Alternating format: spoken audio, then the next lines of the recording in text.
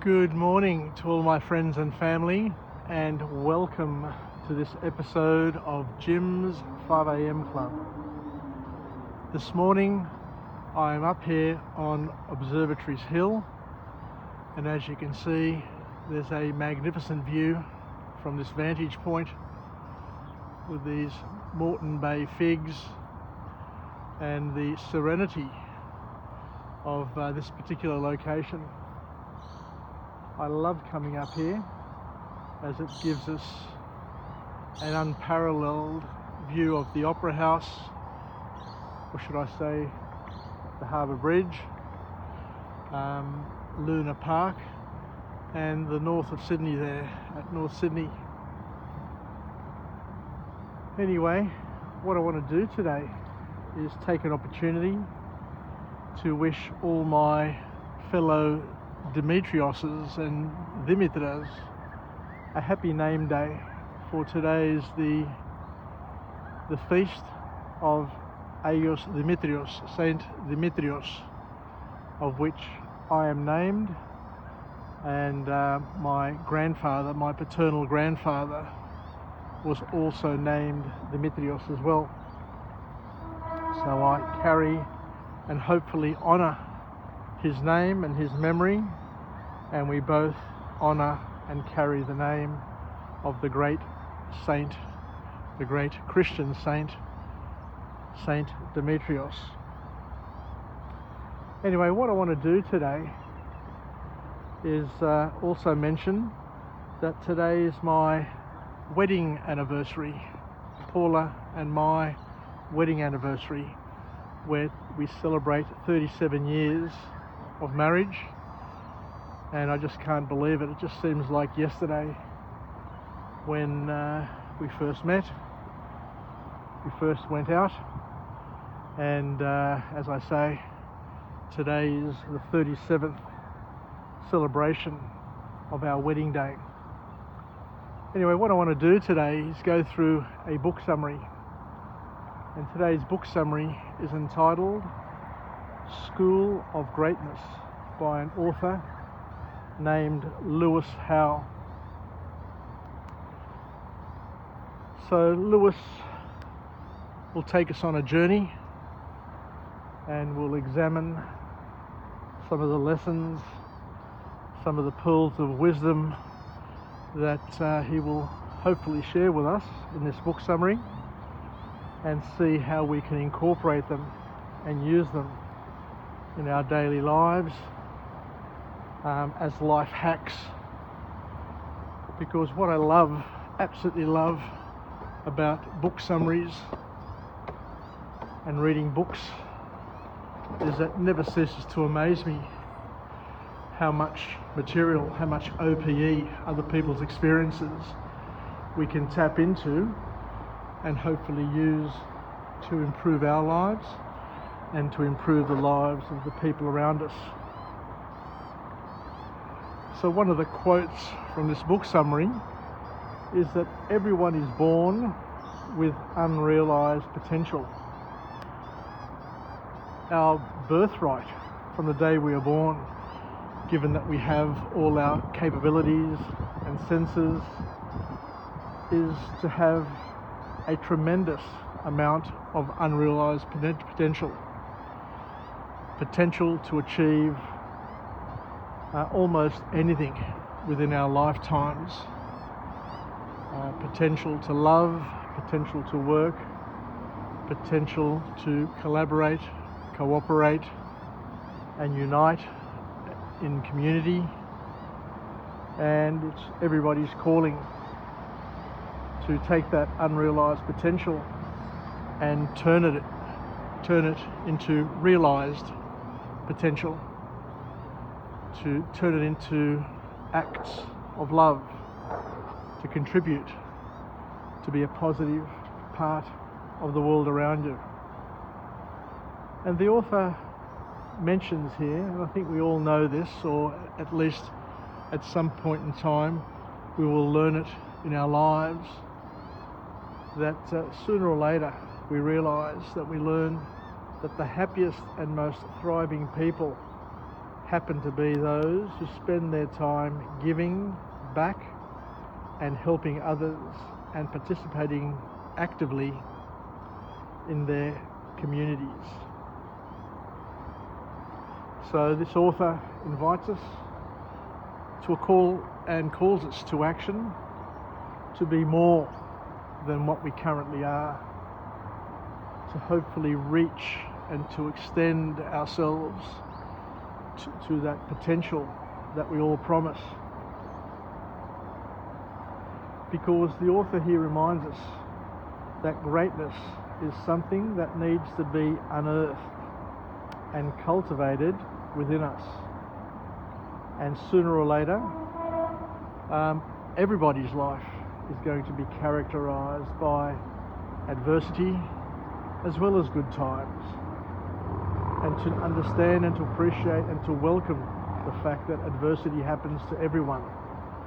But more importantly, it's what you do about that adversity that changes one's life and makes one's life special and great.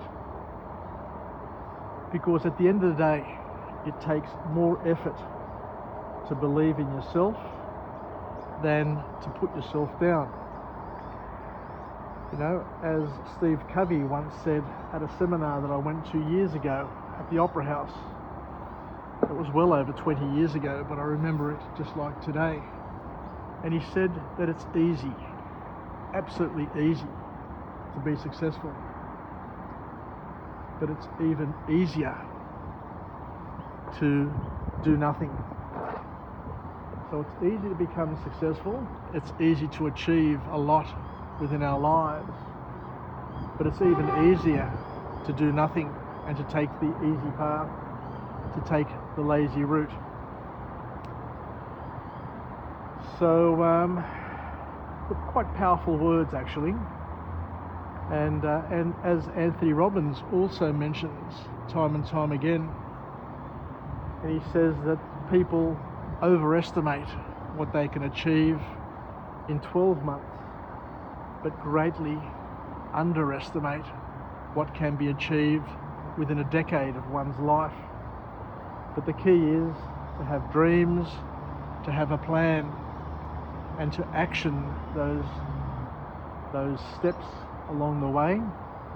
And over time, with a focused effort, the compounding effect of all the little things you do will culminate in something special and great one day.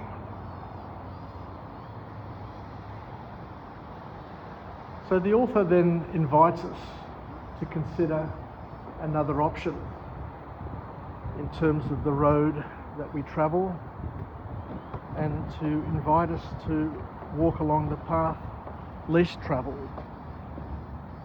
Because once again he says, to be the best at anything, you need to do the things that most others are unwilling to do. You need to get up early, for example. You need to solve problems. You need to engage with people. You need to go through hard times, but you need to have the faith. You need to maintain the faith and to keep on pushing on. So in a nutshell, he says that greatness is a target that is always moving. You can never rest on your laurels. You can never take it easy. You just need to continue to push ahead, to push forward, and to search for what is going to make a difference, not only to you, as we said, but to others as well. The reason why we become educated, the reason why we become wealthy, the reason why we become strong, the reason why we become connected and networked to many people is not for our own personal benefit, but it's to share those benefits, it's to share those skills and to leverage those skills to the benefit of others, to lift others and help them become better versions of themselves. So we need to keep on battling, we need to keep on striving, we need to keep on working, we need to keep on swimming against the tide in order to maintain the status quo, let alone gain advantage or move forward. That's one of the tricky things in life. Now we just need to keep on going, as my friend John DeBassis always reminds us. Just keep on going, James, he says. Just keep on moving, just keep on doing what you have to do.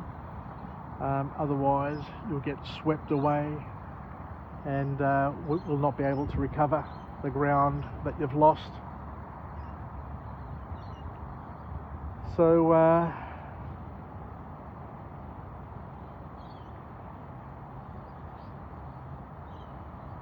as the author here says, that life is always moving away from us, but you need to continually move towards it and closer to it, and not shy away, not spend too much time thinking about it and worrying about it, but doing whatever you can to make the most of what you got. And the author here reminds us that we need both vision and action. Vision alone, or having goals alone, are not enough. You need an action plan, and you need to take action. You need to do things. Otherwise, when we look at buildings like that wonderful Crown Casino building there, that was once a concept, that was once an idea, which turned into a plan and then became a project and became actualized. So you need a vision plus money plus action to be able to achieve the things you want to do in your life. Because not trying, according to this author, is 100% guaranteed failure. By not doing anything, by not trying, you're going to achieve absolutely nothing. Of course, there are times to take it easy. There are times to back off. There are times to use that to recreate and to take a breather. But what the author here is saying, that if you want to achieve something great, you basically need to work at it day and night. And it comes with great risk. To build a building like that takes great risk. It costs lots of money. It's an engineering challenge. And you're trying to do things that other people have not even tried to do in the past, but the rewards are manifold. This building here that we see in front of us, I think is the first building in Australia to receive a particular international award for engineering and architectural excellence. And as you can see there, you can see the reflection of the other buildings on that glass, that twisted glass tower, and it is indeed beautiful to see. So the author here reminds us that we need to hustle. The one who hustles the best gets the loose ball. I remember when I used to play rugby as a young schoolboy, our coaches would always tell us, keep on hustling, keep on pressuring the opposition until you force the error. But if you don't hustle, if you just sit back and watch the others playing and give them room to move, then they're going to hustle you and they're going to cause you to come up with an error. So some important lessons and important points what else can we learn from this? And the author here also reminds us to go fast, go alone. To go fast, you need to go alone, but to go far, you need to go together. And hence, on this wonderful day today, I celebrate my 37th wedding anniversary. And what pleases me, and I guess satisfies me to a certain extent, is to know that I've been on this journey, this life journey, with my life partner Paula for 37 years, and we've been together for well over 40 years. So in terms of, a partner in life, I've spent more time with Paula through this life than with my own family, for instance. And the other point that the author makes here is that, choosing the right people to partner with, staying connected, is critical for our mental, physical, emotional and spiritual health. Because at the end of the day, you can never outperform your inner circle. You can never outperform your self-image. So how you see yourself and who you hang out with are going to basically determine, they're going to be the thermostat that regulate who you become and who you are. So it's important to have people in your life, but not only just to have people in your life, but to have the right people in your life and to keep them there for as long as possible and for as long as it serves both you and them. The author also goes on to say that the best way to find oneself is to lose yourself in the service of others. A lot of people don't quite get it, don't get the message. But the Christian message is very simple.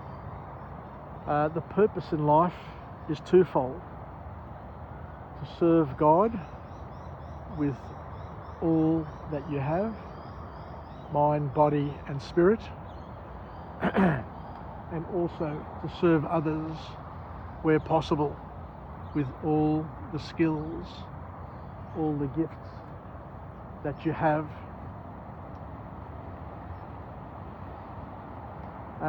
The last point that this author comes up with, the last point that Howe comes up with in this book, School of Greatness, is one observation where he says, "Show me your friends and I will show you your future."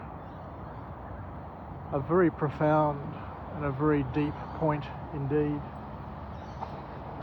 Anyway, thank you very much for joining me on this episode of Jim's 5 a.m. Club. It's Wednesday, it's hump day. It's a beautiful spring summer's day here in Sydney town. There's a gentle breeze coming from the west and the clouds have been blown away. Thank God. It's been a wet old week. And I look forward to coming to you again from a different location with a different message of empowerment. Take care, everybody. Wishing you all the best, and wishing my wife Paula a wonderful day. I've got a wonderful surprise prepared for her tomorrow, which she doesn't know about, but hopefully we get to express it and to enjoy it tomorrow. Take care, Yassas, and bye for now.